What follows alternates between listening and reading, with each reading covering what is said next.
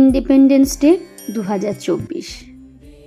স্বাধীনতার এতগুলো বছর পরও আমরা মেয়েরা ঠিক কতটা স্বাধীন তা আজ গোটা বিশ্ববাসী চাক্ষুষ করছে।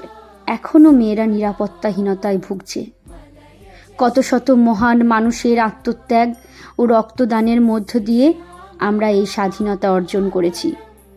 তাদের বলিদানকে স্মরণ করি আমাদের এই দিনটিকে উদযাপন করা। একজন শিক্ষিকা হিসেবে আমি আমার স্কুলের ছাত্রছাত্রীদের পড়াশোনার পাশাপাশি সঠিক মানুষ হয়ে উঠতে সাহায্য করি।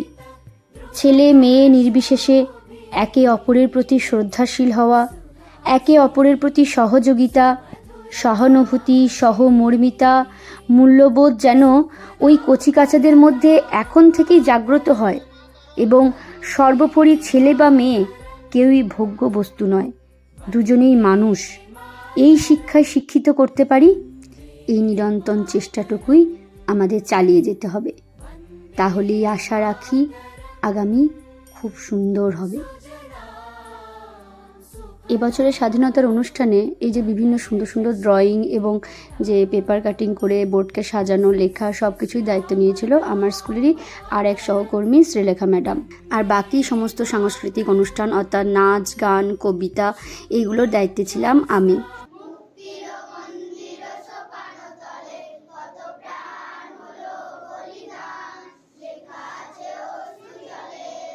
আর আমাদের স্কুলের বাকি দুজন স্যার অর্থাৎ হেড স্যার এবং বাপি স্যার, ওনারা অনুষ্ঠানটা সুন্দরভাবে যাতে সংগঠিত হয় এবং বাকি যে সমস্ত আয়োজনের দায়িত্বে ছিলেন।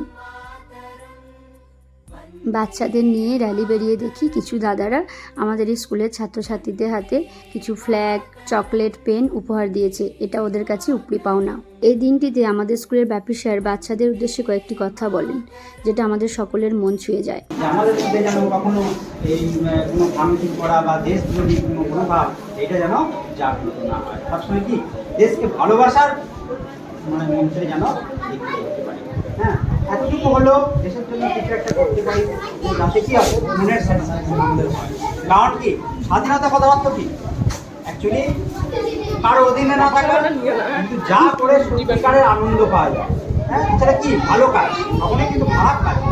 এই ভালো কাজের মধ্যে সবসময় কী করবো, নিয়ে যেতে থাকবো এবং সকলকে সেই কথায় বা সেই বার্তায়, ঠিক আছে।